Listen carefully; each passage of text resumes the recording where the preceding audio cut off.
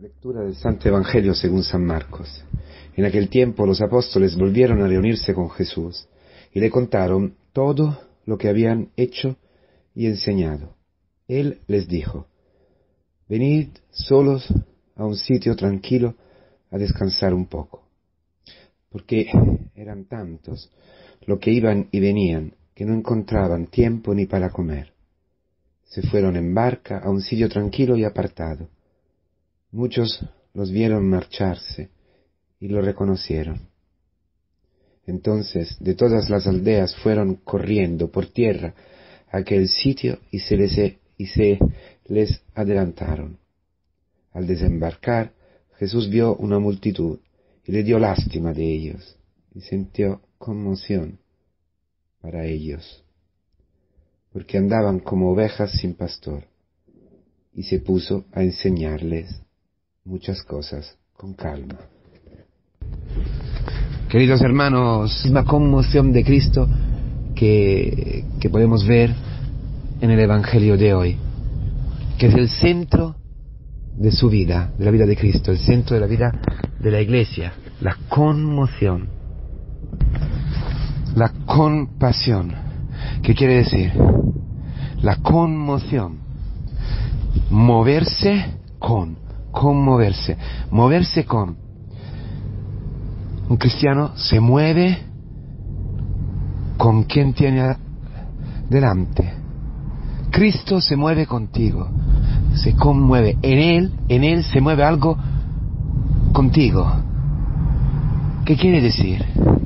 Que viene a ti, que te busca, que camina contigo, que no te deja, que no te abandona, que no te juzga, que no te abandona nunca, que no te rechaza nunca, que no le da asco nada.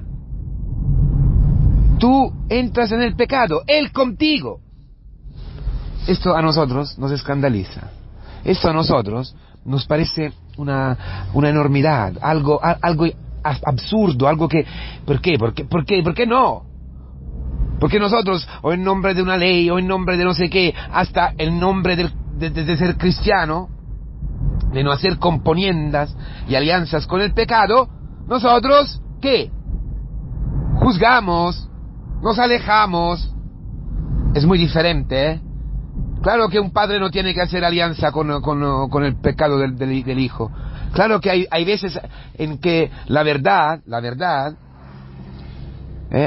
hace sufrir, en un principio a los padres, frente a algo muy gordo. Pero esto son signos, ¿no? Cuando tu hijo quiere absolutamente seguir a pecar, irse con una mujer casada, por ejemplo, claro que allí tienes que cortar. Pero es conmoción aquello también aquello y mucho más. ¿Por qué?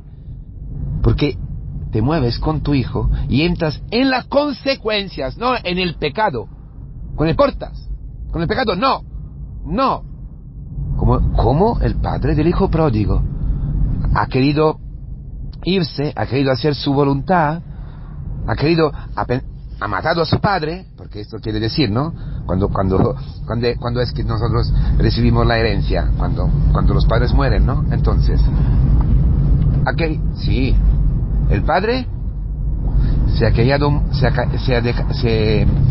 mudo, no aparece ninguna palabra, pero sabemos que se ha conmovido, que ha estado todo el tiempo conmovido, moviéndose con su hijo, siguiéndole, con el corazón partido, hasta que cuando el hijo se ha vuelto, él, mirándole, porque siempre ha seguido, siempre ha sido conocido con él, con amor, con la oración, se ha movido con él, llevando esta pena en el alma, este dolor de no poder hablar con él. Has decidido cortar. Bueno, hasta que estás con esta mujer casada, yo no estoy. No eres mi hijo. ¿Sabes qué quiere decir esto? Conmoverse. Estar atrás. Ir detrás de tu hijo. Amarle de verdad. Llevando el rechazo en tu corazón. cargando con el pecado, cargando con la consecuencia del pecado, que es la soledad, sufriendo el fracaso de tu hijo, esperándolo. Lo mismo, Jesucristo, contigo. ¿Qué ha hecho? ¿Qué ha hecho? Ha hecho muchas cosas para que tú y yo no pecáramos. Pero al final, si tú has decidido, has pecado. Si tú has decidido traicionar a tu marido, lo has traicionado. Si tú has querido cortar con tus padres, has cortado. Si tú has querido hacer este pecado, juzgar, murmurar, entrar en esta concupiscencia, lo has hecho. ¿Jesucristo qué ha hecho? ¡No! ¡Tú! ¡Ya no te quiero!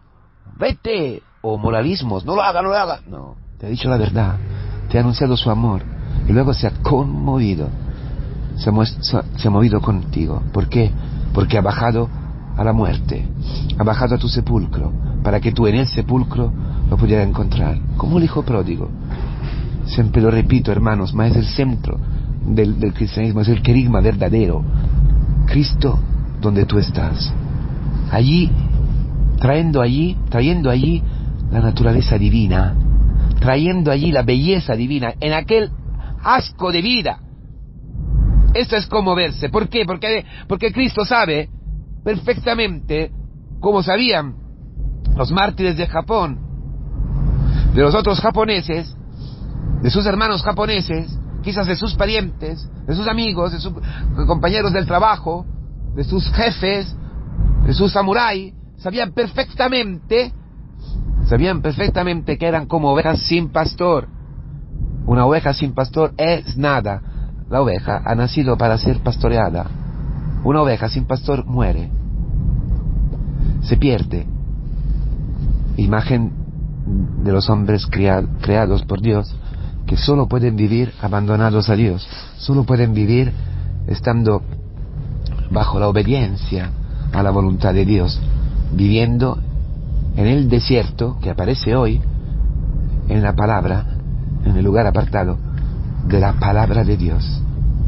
Por eso el Señor hoy, que es sábado, nos invita a descansar con Él, a aprender de Él cómo se vive descansando. Sí, descansando de todas tus obras, descansando de todas tus neurosis, de todos tus proyectos, de todos tus esfuerzos, porque hay solamente una forma de vivir, la que nos enseña hoy el Señor.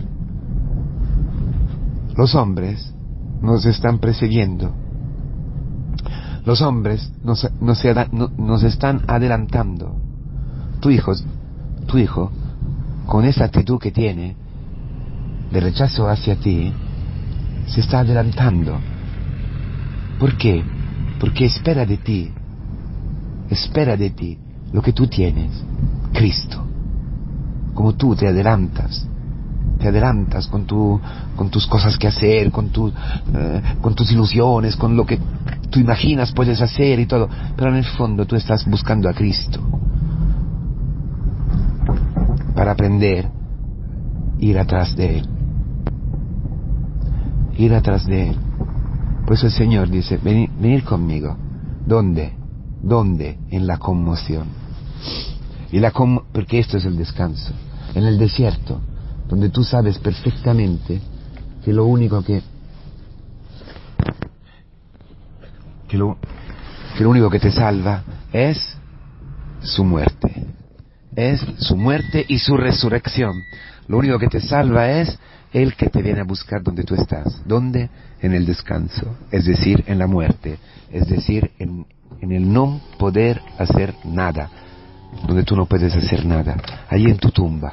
Entonces, nuestro descanso es la tumba del otro, es la conmoción, es ser conmovido, sentir dentro las entrañas, como una madre que lleva dentro a Cristo, y ver a Cristo ya en la vida del otro. Tú en la vida del otro, tú en la vida de tu hijo, tú en la vida de tu marido, de tu esposo, conmovido.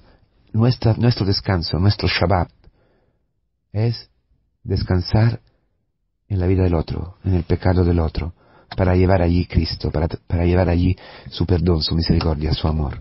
Ánimo pues, eso el Señor lo cumple en nosotros, en la comunidad cristiana, pero que nosotros podemos cumplirlo en la vida de los demás. Nuestra vida y nuestra misión coinciden, completamente, perfectamente. Lo que tú y yo vivimos y experimentamos en la comunidad cristiana, vivir en un lugar desierto, donde se escucha la palabra, donde conocemos a nosotros mismos, el lugar desierto que es imagen del camino, de la comunidad, donde tú descansas, ¿no? Donde tú te paras un momento y dices, ¿qué estoy haciendo? ¿Cómo estoy viviendo mi matrimonio? ¿Cómo estoy viviendo todo, no? Allí, la palabra desierto en hebraico tiene los mismos radicales del término palabra, porque Israel en el desierto ha recibido la palabra, la alianza, ha aprendido lo que tiene en su corazón y que no sabe, o no puede obedecer, y que no se puede vivir sin obedecer, sin escuchar, porque el pan material no nos nutre, no nos da nada, es un fast food. ¿Cuántos fast food espirituales? Bueno, ¿no? En la semana, no, en la comunidad, en las liturgias, en las laudes todos los días que tú rezas solo o con tu mujer, pero estás rezando con toda la comunidad, como ocurre en los tiempos fuertes.